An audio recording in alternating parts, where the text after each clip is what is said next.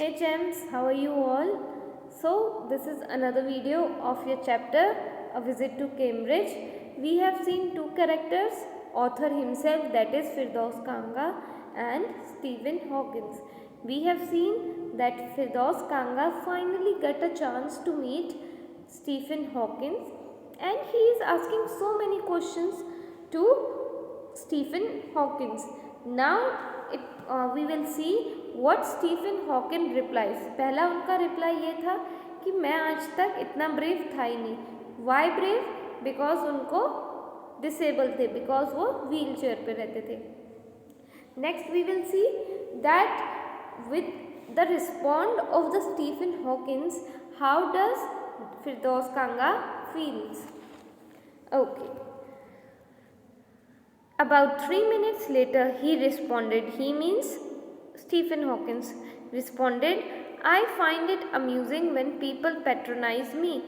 पहला उनका क्वेश्चन ये था कि फिरदौस कांगा का कि क्या आपको कभी कभार हंसी आती है कि लोग आपको बेचारा समझते हैं या कुछ भी नहीं समझते हैं. तो वो कहता है कि yes I find it amusing when the people patronize me. बोले मुझे तो बहुत मज़ा आता है जब लोग इस तरीके से फील करवाएं कि यार ये तो बेचारे हैं, कि ये बेचारे डिसेबल हैं. Next line, and do you find annoying when someone like me comes and disturbs you in your work. Next Firdaus Kanga पूछते हैं कि क्या आप कभी अनोय मीन्स गुस्सा, मीन्स ऐसा इरिटेशन वाला गुस्सा, उसको अनोइंग कहते हैं. बोले आप कभी गुस्सा करते हैं या इरिटेट होते हैं जब मेरे जैसा इंसान आपको कोई डिस्टर्ब करे. The answer flashed yes. तो जो आंसर उनको मिला फिरदौस कांगा को, that was written yes. Then he smiled his one way smile and I knew without being sentimental or silly that I was looking at one of the most beautiful men in the world. तो जैसे ही वो पूछते हैं कि आप कभी गुस्सा होते हो कि कब जब आपको मेरे जैसा इंसान डिस्टर्ब करे, तो रिप्लाई क्या आता है, येस. और वो क्या करते हैं उसके बाद जस्ट बाद Stephen Hawking one way smile करते हैं. वन वे स्माइल मीन्स जो उनका पैरालाइज था, अगर अपन स्माइल करेंगे तो अपन के दोनों की जो चीक्स का मूवमेंट है ऊपर जाएगा, पर वो माइट भी एक साइड से ऊपर जा रहा हो. ओके. पर ऑथर क्या कह रहे हैं, मुझे इस चीज़ का बुरा नहीं लगा. उस समय बस मुझे ये लग रहा था कि मैं एक ब्यूटीफुल, मोस्ट ब्यूटीफुल मैन से मिल रहा हूँ जो कि इस वर्ल्ड के बहुत ही अच्छे इंसान हैं. Next paragraph, a first glimpse of him is shocking because he is like a still photograph, as if all those pictures of him in magazine and newspaper have turned three-dimensional. अब वो जो first glimpse means झलक, first sight, तो author ये बता रहे हैं जैसे ही मैंने उनको देखा तो एकदम से वो काइंड ऑफ शॉकिंग था मेरे लिए, क्योंकि वो ऐसा लग रहा था कि जो स्टीफन हॉकिंस हैं जो कि रियलिटी में बैठे हुए हैं, वो ऐसा लग रहा था कि वो एक फोटोग्राफ है जो कि 3 डायमेंशनल बन गई थी. दैट इज़ कॉल्ड 3D, कि 3D बन गई थी. कैसे 3D? क्योंकि of course photo is something flat and when you make it a 3 dimensional वो थोड़ा ओरिजिनल लगता है. एंड ओरिजिनली या रियलिटी में तो स्टीफन हॉकिंस वहाँ खुद बैठे हुए थे. Next paragraph, then you see the head twisted sideways into a slump, the torso shrunk inside, the pale blue shirt, the wasted legs. You look at his eyes which can speak still, and there are something huge and urgent.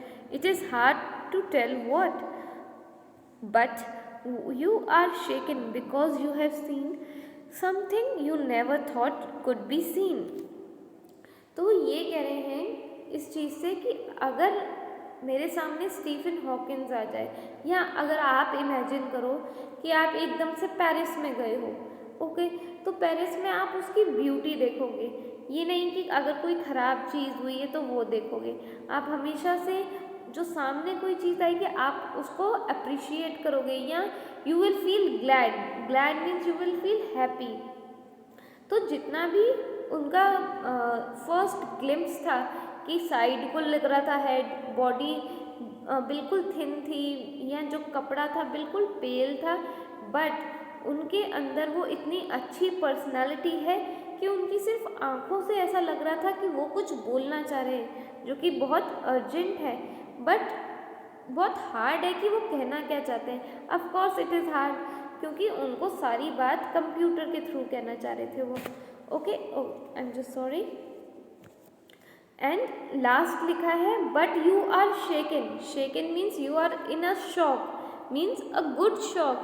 क्यों? क्योंकि आपको कभी लगा ही नहीं था कि आप Stephen Hawkins से मिल सकते हो, एंड सडनली वो आपके सामने बैठे हैं। It is like half an hour आप उनसे बात कर सकते हो। Next paragraph, before you like a lantern. यहाँ पे वो रुक गया, वो कुछ कहना चाह रहे थे ऑथर, बट रुक गए। वो क्या कहना चाह रहे थे ये तो हमको बाद में पता चलेगा, बट अब वो क्या कहना है, let's read. Like a lantern whose walls are worn so thin you glimpse only the light inside is the incandescence of a man. The body, almost irrelevant, exists only like a case made of shadow.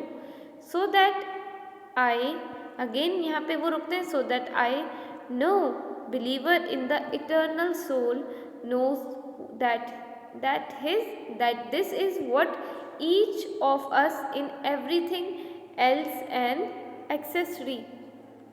तो अब वो Stephen Hawkins को compare कर रहे हैं lantern से, एक lamp से जो कि एक वॉर्न आउट वॉल पे लगा होता है, मीन्स खराब हुई हुई या गंदी वॉल पे।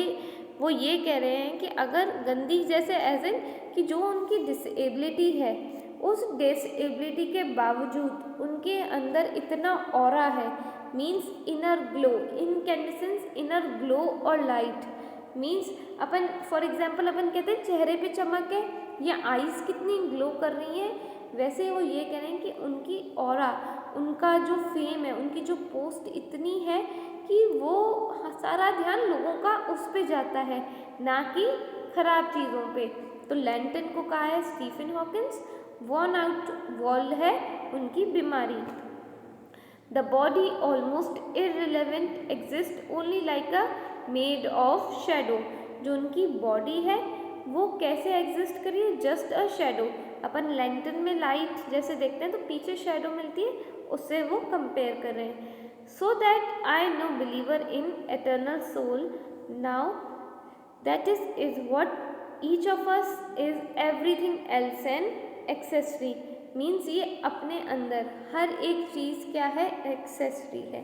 ये नहीं कि अगर कोई डिसेबल है या किसी को कुछ नहीं आ रहा तो अपन उसको सोचेंगे कि no it is of no use, but it will have one or the some a good thing. What do you think is the best thing about being disabled? I asked him. Okay, accessory मैंने आपको बता दिया, left hand side है, आप read कर सकते हो। I don't think there is anything good about being disabled. I think, I said, you do discover how much kindness there is in the world. तो यहाँ पे वो ये कह रहे हैं, अब अगेन नेक्स्ट क्वेश्चन है जो कि फिरदौस कांगा पूछ रहे हैं कि आप क्या सोचते हो, what do you think the best thing about being disable. तो आंसर में क्या होता है कि डिसेबल होना मेरे हिसाब से कोई अच्छी बात नहीं है, but I think, I said, you do discover how much kindness there in the world. अब स्टीफन हॉकिंस ये कह रहे हैं कि डिसेबल होने में तो कोई फ़ायदा नहीं है या कोई अच्छी बात नहीं है, बस हाँ आप ये जान सकते हो कि कितनी काइंडनेस है आपके आसपास या लोगों में कितनी काइंडनेस है towards the disable people. Sorry, yes he said it was disadvantage of his voice synthesizer that it could convey no inflection, no shades or tone, and I could not tell how enthusiastically he agreed with me.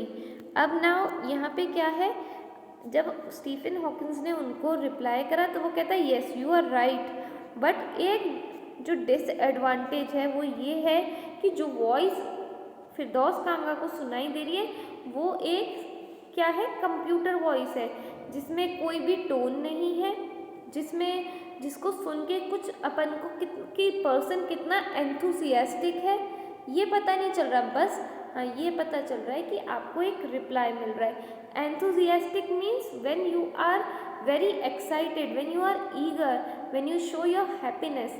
Inflection का मतलब लिखा हुआ है, let's read, rise and fall of the voice in speaking means जब अपन, आपने देखा होगा कि जब अपन ऐसे पढ़ते हैं या कोई न्यूज़ में या कोई स्टेज पे जब बोलता है या एक्सटेम्पोज में, तो वॉइस मॉड्यूलेशन होता है। मीन्स वॉइस को कभी अपन जोर से बोलेंगे, कभी स्लोली बोलेंगे। तो ये एक डिसएडवांटेज फिरदौस कांगा कह रहे हैं कि ये डिसएडवांटेज किसके लिए था, स्टीफन हॉकिंस के लिए, कि वो जब बात बता रहे हैं तो मुझे सिर्फ और सिर्फ एक रिप्लाई मिल रहा है, पर उनके अंदर कितना एंथुजियाज्म है वो पता नहीं चल पा रहा। Next paragraph, every time I shifted in my chair और turn my wrist to watch the time, I wanted to make every one of our 30 minutes count. I felt a huge relief and exhilaration in the possibilities of my body. How little it mattered then that I would never walk or even stand. Now वो ये कह रहे हैं कि जब जब मैं अपनी चेयर को एडजस्ट कर रहा था, अपन बैठते हैं तो कभी अपने आप को एडजस्ट करते हैं, एंड फिरदौस कांगा भी अपनी वॉच को देख रहा था कि मेरा हाफ एन आवर कितना बचा है। क्यों? क्योंकि वो हर एक मिनट को काउंट करवाना चाह रहे थे। So this is a phrase that one of our 30 minutes count या my each and every minute should count means उस हर एक मिनट को मैं बहुत यूटिलाइज करना चाह रहा था। इसका मतलब ये है। एंड वो ये कह रहे हैं कि I felt a huge relief, कि अगर ऐसा होता है कि पॉसिबिलिटी है मेरी बॉडी में तो क्या होगी, I felt a huge relief and exhilaration in the possibility of my body, how little it mattered. कौन से, कि क्या वो कभी खड़े होंगे या कभी वॉक कर पाएंगे, ये चीज़ का उनको अभी कोई ऐसा दुख नहीं हो रहा था। Next page, I told him how he had been an inspiration beyond cliche. It is cliche here. Cliche for me and surely for others. Did that thought help him? तो वो ये बोल रहे हैं कि मैं अगर उनको बता रहा हूँ कि वो मेरे लिए एक बहुत बड़ी इंस्पिरेशन है, वो मेरे लिए एक क्लीशे है, तो क्या ये थॉट उनको हेल्प कर पा रहा है? और ये क्यों वो सोच रहा है कि हेल्प कर पा रहा है? क्योंकि फर्स्ट ऑफ ऑल फिरदौस कांगा ने कहा था कि अगर मुझे किसी से मोटिवेशन कभी चाहिए थी तो मैं हमेशा अपने आप से ऊपर वाले उस पर्सन को देखता था कि और मोटिवेशन लेता था कि हाँ मुझे भी कुछ अच्छा करना है। नो ही सेड, कौन? अब इसका रिप्लाई क्या देते हैं? अगेन वो पूछा था कि ये आपको थॉट हेल्प कर पाया, तो स्टीफन हॉकिंस कहते हैं no he said and thought how foolish I was to ask when your body is an claustrophobic be room and the walls are growing narrower day by day, it doesn't do much good to know that there are the people outside smiling with the administration to see you breathing still. तो Stephen Hawkins यहाँ no क्यों कह रहे हैं? यहाँ पे वो rude नहीं बन रहे, यहाँ पे वो ये कह रहे हैं कि वो इवन ऑथर भी रियलाइज़ कर रहा है कि हाउ फुलिश आई एम कि मैंने ये किसी से क्वेश्चन पूछा। क्यों? क्योंकि स्टीफन हॉकिंस को पता था कि वो बहुत वीक हैं, वो जल्द ही जल्द उनकी डेथ हो जाएगी, इसलिए वो ये कह रहे थे कि वॉल्स आर ग्रोइंग नैरोअर, पतली होती जा रही थी, मीन्स उनकी जो लाइफ है वो कम होती जा रही थी।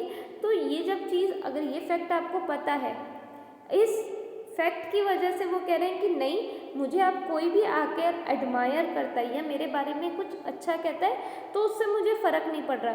अगर किसी के अच्छे कहने से अगर उनकी लाइफ बढ़ रही होती स्टीफन हॉकिंस की, तब वो कहते कि हाँ ये बहुत अच्छी बात है, but according to me I am not happy or very excited with my praise.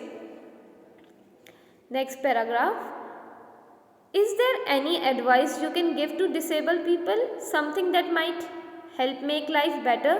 अब वो कह रहे हैं कि जो दूसरे डिसेबल लोग हैं, स्टीफन हॉकिंस को वो रिक्वेस्ट करें तो आप कोई एडवाइस दे सकते हो जो दूसरे बाहर डिसेबल लोग हैं। रिप्लाई क्या आता है? They should concentrate on what they are good at. I think the things like the disabled Olympics are waste of time. I know what do you mean. I remember the year I had spent trying to play Spanish guitar, considerably large than I was, and how gleefully and unstringed it one night. अब यहाँ पे क्या करें कि ऐसी कोई भी advice नहीं है, बस उन डिसेबल लोगों को हमेशा कंसंट्रेट करना चाहिए कि वो किस चीज़ पे अच्छे हैं, ना कि ये कि वो दूसरे लोग उनको क्यों फोर्स कर रहे हैं कि आप ओलंपिक्स में जाओ। डिसेबल ओलंपिक्स अलग होता है and regular Olympics are different. तो ऑथर भी उन पे अग्री करता है कि हाँ ये आप सही कह रहे हो। बोले कभी मैंने ट्राई करा था कि चलो मैं बैठा हूँ तो मैं एक गिटार प्ले करता हूँ या सीखता हूँ, बट जब मैं उसको सीखने लगा तो वो चीज़ नहीं हो पाई एंड एवरीथिंग मैंने फेल्ट अनहैप्पी। तो मैंने उसको खुशी से ही अनस्ट्रिंग मीन्स उसकी स्ट्रिंग्स बाहर निकाल दी। क्यों? क्योंकि ऑथर को वो बजाना नहीं आया होगा। ऑथर को क्यों नहीं बजाना आएगा? क्योंकि उनका सारा इंटरेस्ट माइट भी राइटिंग की तरफ हो। Okay, the half an hour was up. I think I have annoyed you enough, I said grinning. Thank you for, यहाँ पे फॉर के आगे डॉट डॉट डॉट है। सो हेयर दैट मीन्स कि वो आगे अगेन कुछ कहना चाह रहे थे। So let me just see. Yes, तो वो क्या आगे कहना चाहेंगे? We'll be reading this and वो अब क्या कह रहे हैं कि मैंने दैट स्टीफन हॉकिंस को कहा कि मेरे को लगता है मैंने आपको काफ़ी तंग करा है, अब हाफ एन आवर भी हो गया, मैं चलता हूँ। Stay, I waited. Have some tea, I can show you the garden. The garden was big as park, but Stephen Hawkins conveyed every inch, rumbling along in his motorized wheelchair, while I dodged to keep out the way. We couldn't talk very much. The sun made him silent, the letters on the screen disappearing in the glare. Now, जो Stephen Hawkins है वो फिरदौस कांगा को कहते हैं कि रुको, मेरे साथ चाय पी के जाओ और मैं आपको अपना गार्डन दिखाता हूँ जो कि पार्क से भी ज़्यादा बड़ा था। बट हम कुछ ज़्यादा बात नहीं कर पाए क्योंकि जो रिफ्लेक्शन थी सन की वो उनकी स्क्रीन पे आ रही थी। तो जब भी अपन इवन स्क्रीन बाहर निकालते तो अपन को कुछ क्लियरली दिखता नहीं। सिमिलरली वो जो कॉन्वर्जेशन थी वो उतनी नहीं हो पाई, वो जस्ट घूम रहे थे। An hour later we are ready to leave. I didn't know what to do. I could not kiss him or cry. I touched his shoulder and wheeled out into the summer evening. I looked back and I knew he was waving through, though he wasn't. Watching him, an embodiment was my bravest self, and one I was moving toward, the one I had believed in for so many years alone. I knew that my journey was over for now. Now at the and क्या होता है कि 1 घंटे बाद फिरदौस कांगा उनको bye कहते हैं और वो कह रहे हैं कि मैं उनको रो नहीं सकता, उनको देख के मैं उनको किस नहीं कर सकता, गुड बाय किस, ओके। बट उन्होंने उनकी शोल्डर को टच करा और वो निकल गए और बोले मैंने जब पीछे देखा मुझे पता है कि वो वेव कर रहे होंगे, वेव मीन्स बाय कर रहे होंगे, बट एक्चुअली वो वेव कर ही नहीं सकते थे। बस फिरदौस कांगा को ऐसी स्ट्रॉन्ग फीलिंग थी कि स्टीवन हॉकिंस उनको बाय कह रहे हैं। तो बोले कि ये जो मेरा पूरा एक्सपीरियंस है ये बहुत ही अच्छा एक्सपीरियंस है, बहुत ही ब्रेव एक्सपीरियंस था। और बोले कि ये जो है आगे जो मैं चल रहा हूँ, had believed in so many years, जितने भी अब तक अकेले मैंने देखे हैं उन्हीं ईयर्स को मैं देखते हुए जब तक मेरी I knew that my journey was over, means जो इंग्लैंड का पूरा टूर उन्होंने देखा और वो यूँ कह रहे हैं कि ये वाली मेरी जर्नी यहीं ओवर है, फॉर नाउ मीन्स अभी के लिए ओवर है। माइट भी अब मैं जब नेक्स्ट कहीं जाऊँगा again it would be my new story. So we end this chapter here. Thank you so much for listening. Stay well.